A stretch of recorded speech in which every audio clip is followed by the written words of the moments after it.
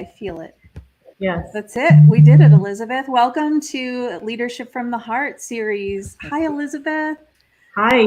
Hi, Renee and Lee. We are so honored and blessed that you are here with us today. How are you? I'm good. Thank you very much for having me. I had to skip my nap and come up here and talk to you guys. Then that really means a lot, because naps, I know how important those are these days for most people. And sure. Elizabeth, okay, so you have all Disney fans here, and there's a lot of Disney fans watching. So I just want to go right to this. Lee Cockerell is the legend of Disney service, right? When I think of incomparable customer service, I think of Lee Cockerell and all the wonderful work you did while you were the executive vice president of operations at Walt Disney World for 10 years. Elizabeth, do you know that Lee has his name on a window on Main Street, USA at Walt Disney World? I'm not surprised, but I was wondering if it was going to be like the Where's Mickey, you know, all the Find Mickey things. It's one of those things that I've seen it a million times and I never noticed it, just because there's so much else to take in. So that's pretty. It was fun to get that.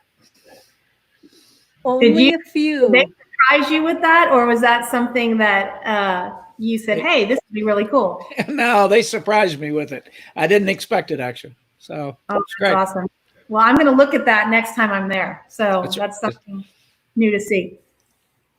Well, Lee, so once again, thank you for joining us on Leadership from the Heart. As we communicated on about prior to coming live, Elizabeth and I are coming together to talk to leaders who inspire and uplift others, which of course you very much have operated over 40 years of your career in that same mindset. If you take a look specifically at your time at Walt Disney World, as a local Orlando resident for almost 20 years now, I know and experienced 2001 and 2004 here in Orlando. During that time, you were leading all operations when you were faced with business adversity such as 9/11 and the awful hurricanes that came through in 2004. Can you talk about what suggestions or advice you have for leaders now when faced with business adversity such as this crisis of a pandemic? Yeah, somebody was. I'm going to talk to a group tomorrow in Australia about this, and they said talk about how to lead in a crisis. I said, well, the best thing you can do is get ready for it. Don't run and buy a fire extinguisher after the house burns down. So I would say we practiced a lot at Disney. 2 or 3 times a year, we were put through several hours. I had a company put us through it. You might get a call at 3 a.m. It would describe what's happening, and then we implemented it. We probably had the best command center in the world. We had the right people in there. We already knew what kind of decisions we would make. And on morning 9/11, actually, we opened the command center within 30 minutes, and we evacuated all 75,000 guests in the parks in about 90 minutes back to their hotels. We passed out tickets for them to come back if we were going to get open the next day. Actually, we didn't have any issues whatsoever. Everybody knew what to do. And I think we have a culture where everybody did what they were supposed to do. We kind of have a good formula for responsibility and hiring people who really want to do the job, that have the right attitude. And so when you know what to do, it's a lot easier. So after I closed the parks, that's about all I could do. I had to wait for everybody else to do what they're supposed to do. And they did. And the hurricane, same way. I closed Disney for the first time ever back in 2001, and I didn't have to check with anybody. I knew that I could do that because it was a safety issue. The hurricane was heading straight for Florida. It actually ended up turning and going to Charleston, unfortunately for them. But we closed, and I mean, Disney really has this attitude of literally safety is first. And I hope with everybody in a business would have that attitude, or for your family. What's more important than safety? I tell everybody, every parent in the world only worries about 2 things for their kids: safety and education. I mean, literally their whole life. And when you know clearly how you make decisions, you'll make the right one. And so that's what we did. And then we had months and months after 9/11 of trying to figure out how to keep the business alive. And we lost about 40% of our business immediately with cancellations after 9/11. And so we just worked through it. I had a lot of smart people there that knew what they were doing. People used to ask me what I did, and I said, nothing. I just have great people, and they know what to do. And I'm there if they need to talk to me about it. And I think that's one of the issues for people. Hire the right people around you, let them do their job, and don't try to be the expert in everything because you can't. Yeah. So, yeah. One of the things I love about you, and in past keynotes that you've done and speeches you've done, is, and you haven't used this word really, but you don't let the ego get involved. And I think so many people let the ego get involved, but you talk about being surrounded by great people. And I really think that that's, no matter what industry you're in, that really is the key to success, and not letting the ego get involved. Well, I'd say today there is no, there's a lot of leaders in the world, and right now we're hearing from a lot of them think they know everything. And that's the beginning of the end when you think you know everything, because first of all, people are not going to tell you the right things, and then you're going to make the wrong decisions. And the truth is pretty much the only way to go. People ask me, what's the best approach for most problems? I said, telling the truth. It probably works better. Kind of like your mother taught you. And when you know that, yeah, I mean, it's just these basics that people are forgetting about, whether you're a parent or a leader in business, is keep people safe, tell them the truth so they trust you. I mean, what's more important than trust? Literally. I mean, you work with people, you know the people you trust and the ones you don't. And it's just so much easier to get things done. Now, people don't always like the truth at the moment, but that's how we all get better.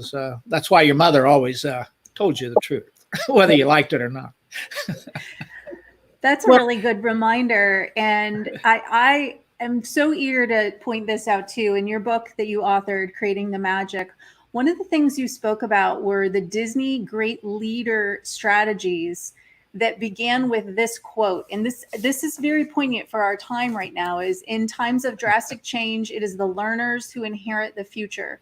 The learned usually find themselves equipped to live in a world that no longer exists.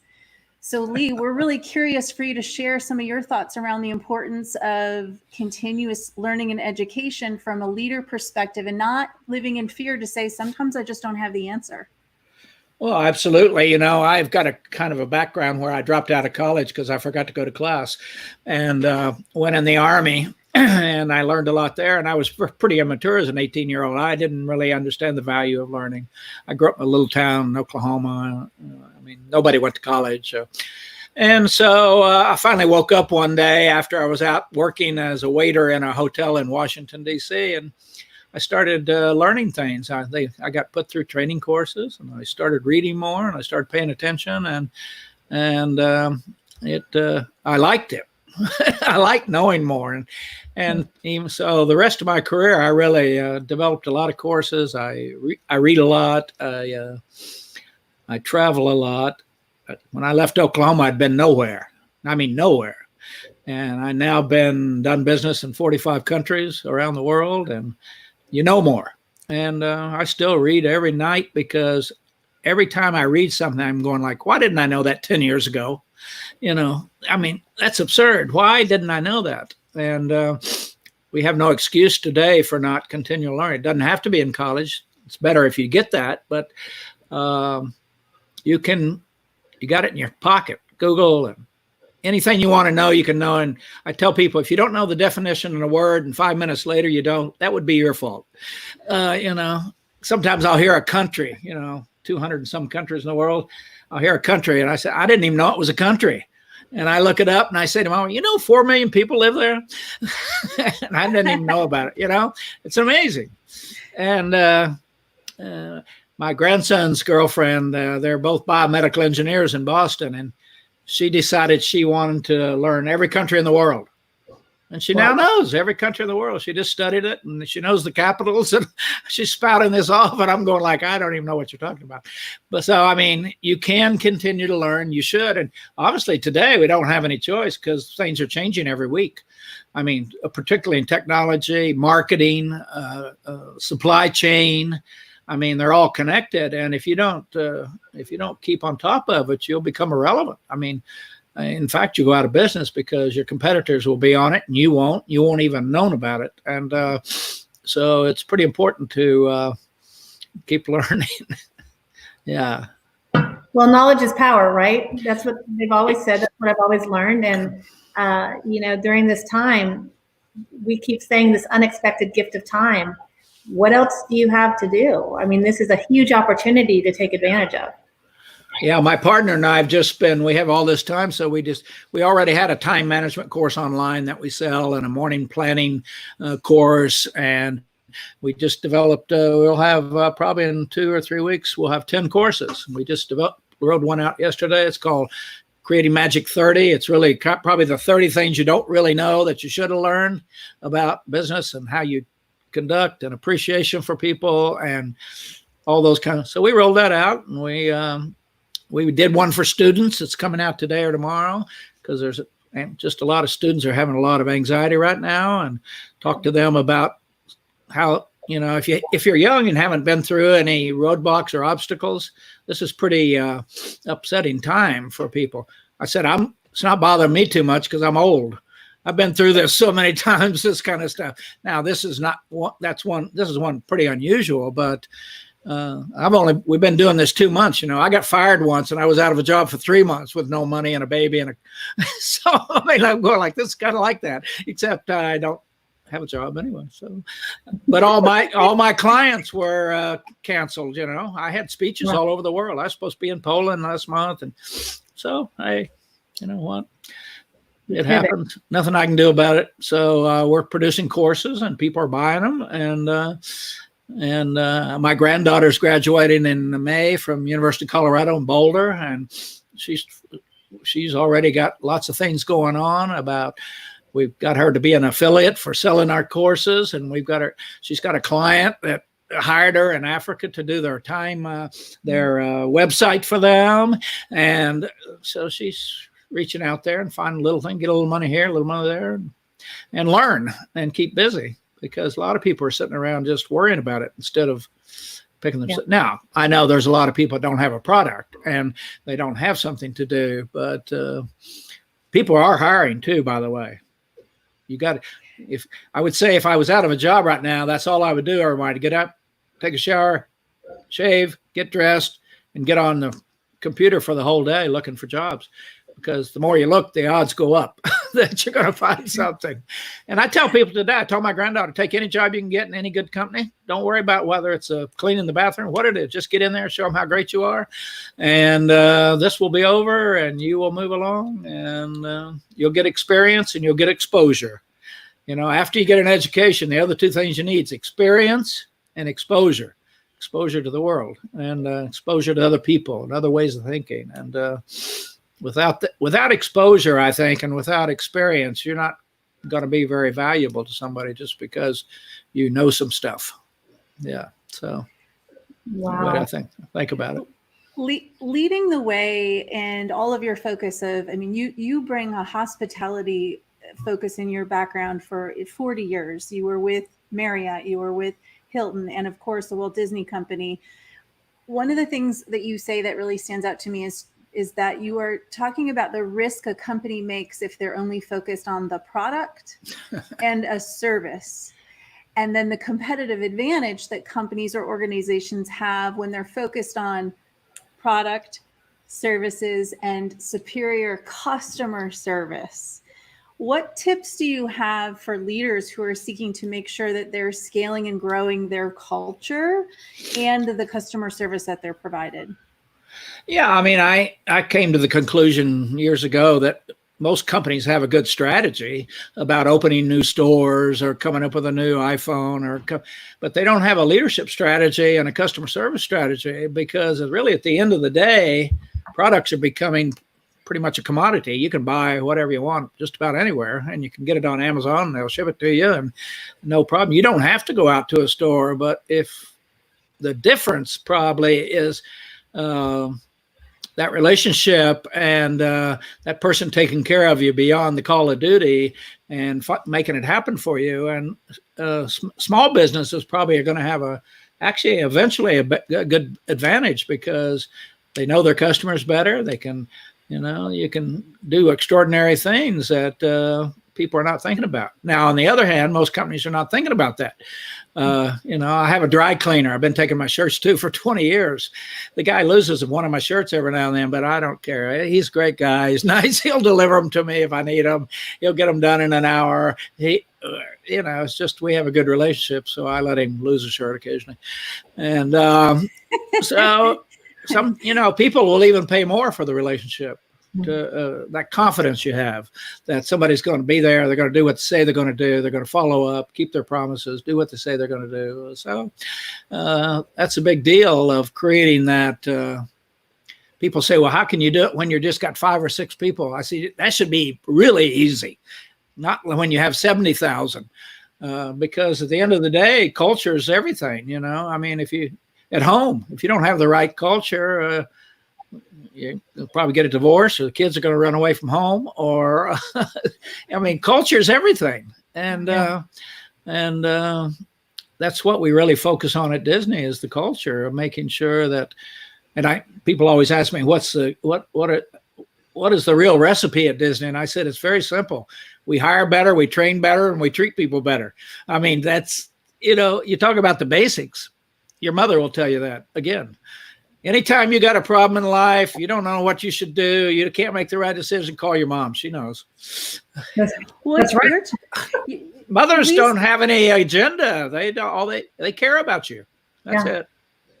Elizabeth, Lee's talking about how the customers feel, how you make them feel, right? And I'll tell you, Lee, Elizabeth is so great in her business in real estate in Austin at really, really touching on those basics and helping her customers feel valued and appreciated.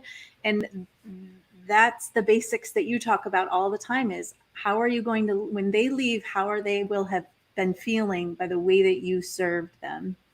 Absolutely. I bought houses for 20 years, 30 years, 40 years, and I've never had one agent stay in touch with me after selling me a house. See, I love hearing you say, I don't love hearing you say that, but I love hearing you say that because I tell people that my goal is to treat each one of my clients like they're my one and only client. And the stats show that 83% of agents do not stay in touch with their clients. And that's mind boggling to me.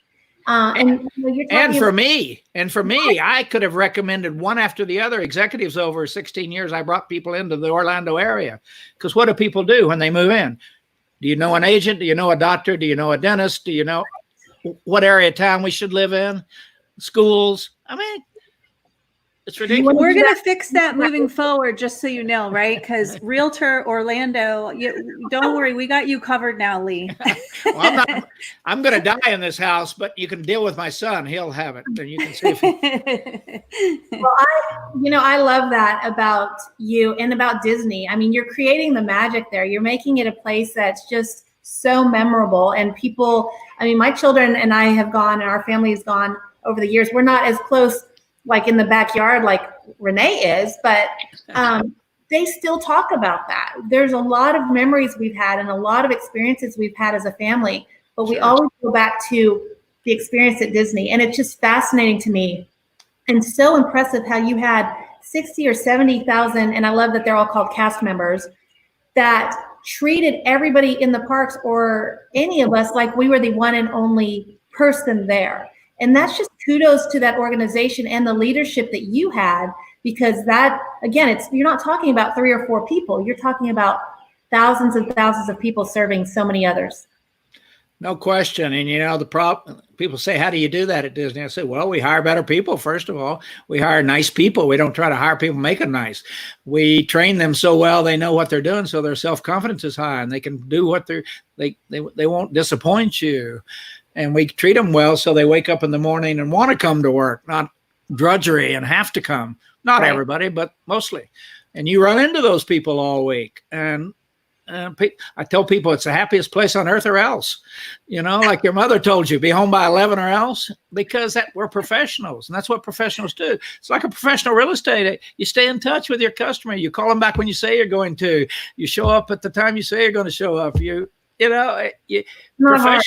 Professionals, even if they had an argument with their husband or the kids misbehaved this morning, you still go out and you don't show that to your customer.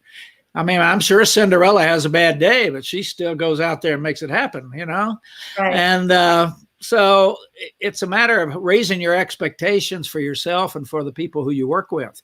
Expectations and clarity of expectations. Ask your mother. Was your mother ever clear with you when you were growing up about what she expected? Remember that? Yeah. Oh, yeah. I tell people my mother was a terrorist before they had them in the world. I mean, because she had a long-term vision to get us to leave home eventually. So she had to get us ready. And that's what we do for people. We train you, we hire you, we develop you so you can have a better life and so you can take care of our guests. Because at the end of the day, unless you're committed to your people, they're not going to be committed to you. They know. Everybody knows who's committed and who's not. Yeah. Everybody knows the boss that'll be there for you and the one who won't. Everybody knows. And I think most people don't know they know, but we all know what's going on. And you got to be sincere, and you got to be there for people. And hey, right now we're seeing some people in the U.S. being out there helping other people, and other people could care less. So, I mean, it's about, we tried to create a culture at Disney where everybody matters and they know they matter. All 60, they matter. You touch on that, and that brings us to, will you talk about your acronym RAVE, R-A-V-E? Because this is a perfect segue. Well, it stands for respect, appreciate, and value everyone. And so I would just say simply, who doesn't want that in their life? Do you want it? Do you want to be respected? Do you want to be appreciated? Do you want to be valued? Do you think there's somebody who doesn't out there because of their race or their education or where they're from or disability?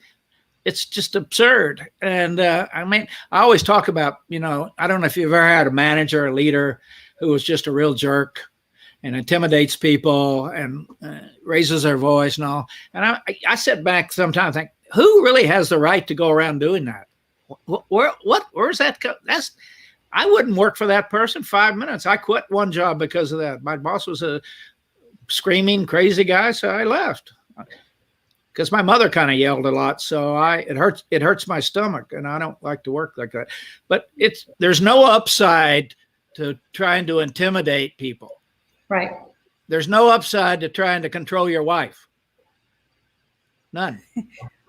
One of the things you used to do, I believe, is when you would have a meeting in your office, you've talked about in your book that you would come around the other side of your desk and sit next to the person in your office. Oh, yeah. I never sit behind my desk unless I'm alone. I mean, that's why would you? When you talk to your kids, you don't set them in a chair in front of your desk. You get up close and personal so they can understand that you're totally focused on them. There's nothing, not being preoccupied. You're not paying attention to anything else. And that's it. Get into a position where you can do one thing at a time and then go on and do this next thing. And position is important. Getting in the right environment and culture to talk to somebody or to have a conversation, or even with your children or with people at work or a client. We just got to be careful what we say and do. Everyone's watching us, and they want to, people want their privacy, and they want, a lot of people are insecure. Self-esteem may not be high. You've got one little thing can embarrass them to death. They'll never forget about you. See it with bullying of kids in school. One little thing can attach itself to them. Something a teacher might say in front of the rest of the class, lasting impressions if you're 13 or 14 or 15. And you got to be careful. I mean, I always tell people, don't underestimate the influence you have every single day with every single person you run into. Every day you have influence. You can either make them feel better or worse. I mean, you were talking about the manager that was yelling and that type of personality. And I've always thought those people that try to gain control or keep control, it was always insecurity for something, Always. right? Yeah. And Always. I don't know what's going on in their lives, and I don't know what could have happened down that path, but there was always something missing. And so I've always wanted to not be that type of leader as well, and kind of work on me to be a better leader, whether it's leading my family or my children. I've got to work on me first. But those type of personalities, I know that there's something missing, and we can't fix them. They're going to have to fix it themselves. True. Everybody's got half a dozen problems you don't know about. Right. And they come out, and sometimes you think you caused it. It probably had nothing to do with you. It's some 5 or 6 things that happened today before they got there, or their mother's sick, or who knows what it is. And that's why I just told all our leaders at Disney, don't ever try to win an argument with a guest. Just let it go. They've got problems you don't know about. It's not because the steak is cold. It's because of 12 other things that set them off. And just take a deep breath and take care of people. I said, we like everybody at Disney. Mickey likes everybody because everybody's got a credit card. So be nice to everybody. Right? And for the real estate, real estate, everybody, if they got financing lined up, hey, they're all in my house. Absolutely. They have to live somewhere. You're right. Well, in addition to you speaking and leading in such amazing ways, you're also an author, and you have quite a few books. Let's talk about the customer rules. We're talking about customer service. And in your book, your number one rule is customer service is not a department. And I love that. That is just, because we do talk to people and they're like, I'm going to hire a customer service rep, or we're going to do it this way. But you're talking about, no, it's not a department. So how does an organization cascade and scale that personality mindset around customer service? Well, my theory and Disney's theory, and even at Marriott, was the person that your customer that comes into contact with you has a problem. You've got to make sure you hire the right people and you've trained them, and they've got the authority to solve that problem.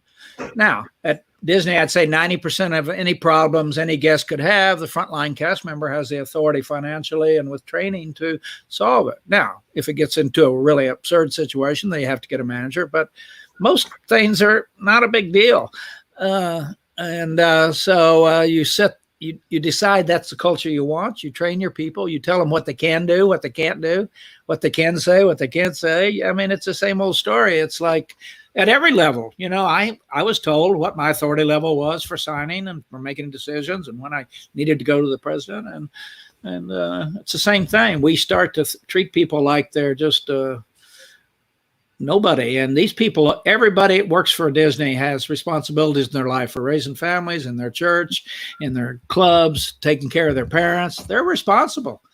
And I just said, train them right and treat them right, and they'll make better decisions than the management half the time. And so that's what we do. And I think you got to be careful, not like you just said, people that are have a low self-confidence. They have trouble that, people want to be in control. Yeah. I want to make all the decisions. I don't trust anybody. I'm the only one. You come to me. Hey, I tell people, you need to go see a psychiatrist. There's something wrong with you. You can't do this, or you'll end up ruining your own health and life. If you got to be the one that knows everything, you got some serious issues and serious problems. And you probably should not. I always tell people, if you can't make hard decisions, and you don't let people make hard decisions, and you don't make hard decisions, and you don't have hard conversations with people, don't have children, and don't be a leader, because that's what you do. It's never the product's never the problem. Really, at the end of the day, the product is the least of your problems. It's the people. And and I tell people, some people say, I want to get into management. I said, are you crazy? You want to run your life? All you're going to do is deal with people all day long. It's not about the roller coaster. It's not about the Cinderella. It's always people they're the ones. And a lot of people don't want to deal with people because it's hard. Yeah. And most people don't do the hard things. And I tell people, if you don't do the hard things, life gets harder. If you don't tell the truth, it'll bite you later. I mean, you can't escape it. It is, and when you get in the habit of making hard decisions and having hard conversations, it gets easier, like everything. you know. That is such a valuable leadership lesson that I'm still learning, but I have learned more over the last few years in particular. And certainly, you know, Elizabeth and I have had a lot of conversations over the last couple of months, is going through the business adversity that this pandemic has brought to us. You know, I'm a realtor in Orlando. She's a realtor in Austin. It's really had us stay focused on sharpening our skills of being a stronger leader. And that includes sometimes saying, I don't have all the answers, but I have a great group of people who we network and collaborate with together. So we're going to get through this together. Well, I think that's a message to everybody. You don't have to know everything. You just got to get it done. So if you got to call somebody or have somebody come and help you, or, I mean, so what? That's not the point. You know, I think my job wasn't to do things at Disney. It was to make sure they got done, you know, and that's what, why you want to surround yourself by the right kind of people and because attitude's everything, you know, really, literally, attitude's everything.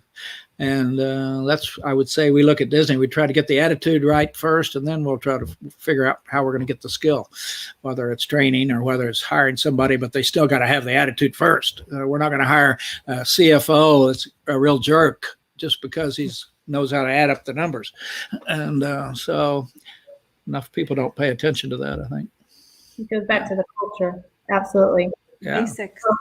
It's interesting because during this time, and Leadership from the Heart, this came out just Renee and I asking questions of leaders we respect.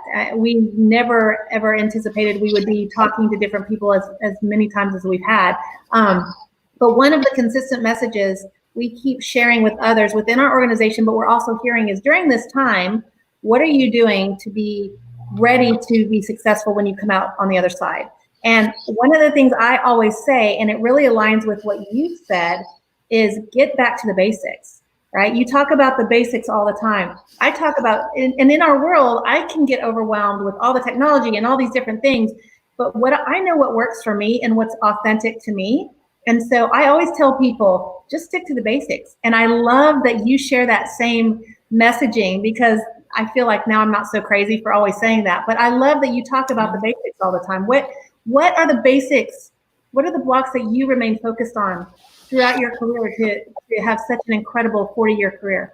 Well, the way I think about basics is, you know, if you're raising your kids, they're going to turn out to be great kids because of you're teaching them the basics: honesty, ethics, politeness, courtesy, getting them a good education.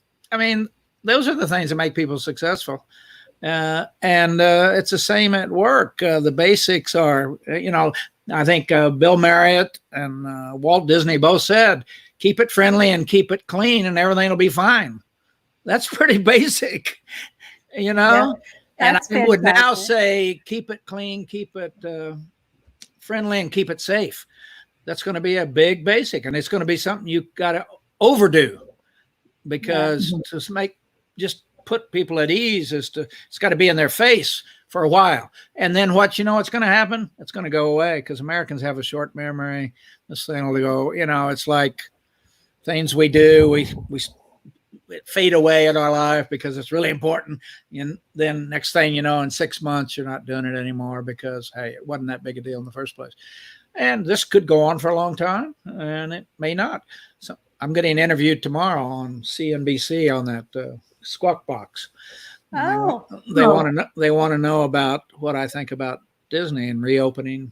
Disney announces their earnings today, this evening, and I said, you know, one thing I know for sure, I don't know how long it's going to take, and I don't know when Disney's going to reopen. I have no inside information, and I'm not even sure they know yet, because we're not deep enough yet to understand the ramifications of bad PR and people getting sick. But I know one thing: the commitment to Disney from our guests and people around the world, it's unbelievable. The passion to go there and to be, this business will be back. Now, I can't speak about a hardware store, but I know Disney is like the national parks. It's like people think they own it and they got to do it. And I told my friends at Marriott, parents don't say to their kids, when you grow up, I'll take you to Marriott. Right? That's true. Every kid says, when are we going to Disney? And every parent says, when you get older, I'm going to take you to Disney. They don't say, I'm going to take you to Home Depot or, it's just like, it's a really powerful thing. So I'm not worried about the future. It may take a while, but it's going to take a while for a lot of people. A lot of people aren't going to make it. Disney will make it. They'll come back stronger than ever. And it's again because of the culture and I think the trust the public has in Disney to provide family entertainment. Yeah. And That's families are looking for places. Yeah. And the affinity that the world has for Disney and Disney World, how amazing that you led that organization for a decade. Will you share with us what maybe one of your most important proud moments is that you had while you were there? Yeah, I mean, I can tell you that one of the proudest days I had was 9/11, when everybody did what they're supposed to do because we prepared them. I mean, I pulled the trigger and everybody went into place. All the systems went in. We have a total manual system. We can issue tickets, and we gave people free rooms because their credit cards had no credit left on them. We gave people free meals. We sent the characters to the hotels because the families were really upset and crying and having all kinds of emotional problems because a lot of our guests are from New Jersey and New York. Yeah. We didn't lay anybody off. Oh. Everybody took a reduction in whatever, vacation or less hours maybe, but nobody got laid off. So nobody lost their health care. Nobody lost their benefits. And I look back on that as we were probably one of the few that did that. So that one was, see, how can you be proud of that? I said, I'm not proud. That was the worst day of my life, but it went well. And we pulled it off because we had the right team and everybody knew what to do. It's like in an airplane. Hope the pilots know what to do. They can't help you back at headquarters. Right. Nobody would have ever expected something to that extent to happen. And the fact that you were ready and able for whatever came, I think it's very different if you're like, okay, we're going to prepare for a hurricane. Okay, Florida's had hurricanes, right? Or we're going to prepare for something else. But the fact that we had 9/11 that nobody would have ever dreamed possible, and you were able to go into action immediately and everybody was well prepared, that is incredible. I don't even know what the right word is right now, but I'm sitting here as you're telling this, trying to think of what that would look like. How did you really get all those ducks in a row? And it speaks to your leadership and your team especially, but that's amazing. Yeah, we got ready. And I tell people, if you want a good formula for trying to figure out what you ought to be ready for, is every day reflect on the past and what you read in the paper about things that happen around the world, fires, all kinds of things. And think about, hey, this could happen here. Are we ready for that? And anticipation, thinking about what can happen in your business. Yeah. What can happen? And if you can't figure it out by yourself, get yourself 10 real estate agents in the room and a couple of customers and tell them, what are the kinds of things you worry about? And are we ready? Do we know how to handle it? What would we do? And at home too. Yeah. At home, what would you do if? Yeah. And, if you have a pool, if whatever. Anticipation is a very powerful way to think about the future, to get ready for things so they don't happen. As I always say, get ready before it happens. But if you're going to, my wife and I said when we moved to Florida, which room will we go in if there's a tornado? We decided you don't have a meeting 20 seconds before a tornado. You better move and know where you're going in the middle of the night when you're half asleep. So you got to and tell everybody in the house, and everybody know, and here's what you do, and over and over and over and over. Like mothers are great at this. They just tell you the same thing over and over and over. So it's instinctive. You just do it when it happens. And so you got to really think ahead, anticipate what can happen if you have a 13-year-old daughter, anticipate what a teenage boy will do. God knows what they'll do. You got to really, I said to somebody, if you got teenagers, you got to go in their room every 20 minutes and see what they're up to. You know? No, yeah, we're both in that boat right now. So I'm loving how you're talking about the basics, and it's such a good reminder. We're parents here on this meeting today, and I'm sitting there thinking, okay, I'm getting some good lessons from Lee about parenting as well, which is great. The audience will love that. There's going to be a lot of things you don't know about your children, because there's a lot of things your mother doesn't know about you. right. And you've got to really I don't trust any teenager. I don't care what they say. I lied to my mother every day when I was a teenager to get what I wanted. Yeah. My son told me he did things I will never be old enough to know about. Wow. All right, Lee. Well, I'm curious. Elizabeth is curious. Our audience is curious. What services are you offering today, and how can businesses or organizations learn more about working together with you and all of the amazing wisdom that you bring? Yeah, well, before this happened, I was on the road doing seminars. I have a half day, full day, workshops, keynote speeches. We'd already produced some of the online work. Recently, I've been doing a ton of online teaching classes for professors at universities, because the kids are sitting at home, and we developed a kind of a delivery for them about what they're going through, kinds of things they ought to be thinking about, how to get a job, how to really impress the employer when you first get there. So I'm doing that. And for all my clients that canceled, I offered them a free online, since we can't get together, and so that they'll call me back. And I got one yesterday. I called him. I said, I don't think we're going to be able to do it up in Rhode Island in a couple of weeks, and I'd be happy to do one for you if you want to get all your people on Zoom or something. And he said, great. And he said, and I still want to do it with you. So he was happy about that. And, it's what am I giving? An hour? Come up here in my office and turn the computer on. But the more you give, the more you get. Let me tell you, the more books I give away, the more books I sell. Yeah. It's an amazing thing. It doesn't sound like it makes sense, but somehow the more you give, the more you get. And so I don't expect anything from people when I help them. I had a lady call me from Dubai the other day. She wanted to talk about her career. We got on Zoom, and she's telling me she wanted to be a doctor, and then she decided to be an engineer, and she's going to get her MBA, and her dad's an engineer. And we're talking, and I said, how old are you? She said, 15. I'm going, 15. She was like so mature. I was about fell out of my chair. She had her act together, and we talked. I said, I took your call. I didn't have to, but now I know you and your dad in Dubai, and you know me, and you never know, we might do something. Because I have a client that just asked me to do a whole series of online seminars for the Middle East, because the oil companies there, and there are a lot of American companies and other companies that want to continue training during this time. They want to buy online workshops. So, we're changing, but people's their expectations are changing. They're figuring, okay, I can't have a meeting, but I can still talk to my people, Right. And so that's how you got to think about it. The only thing that's changed is I'm not going to be with you. I can tell you this conversation today, right? Yeah. Right? It was okay. It was amazing. And it's more than okay, Lee.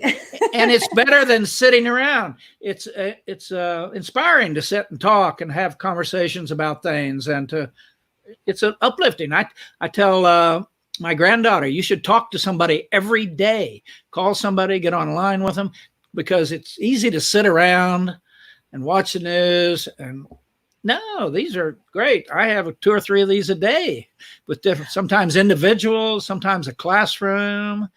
And about talking to someone every day, before we wrap, I just want to say I've heard you speak before and talk about the basics.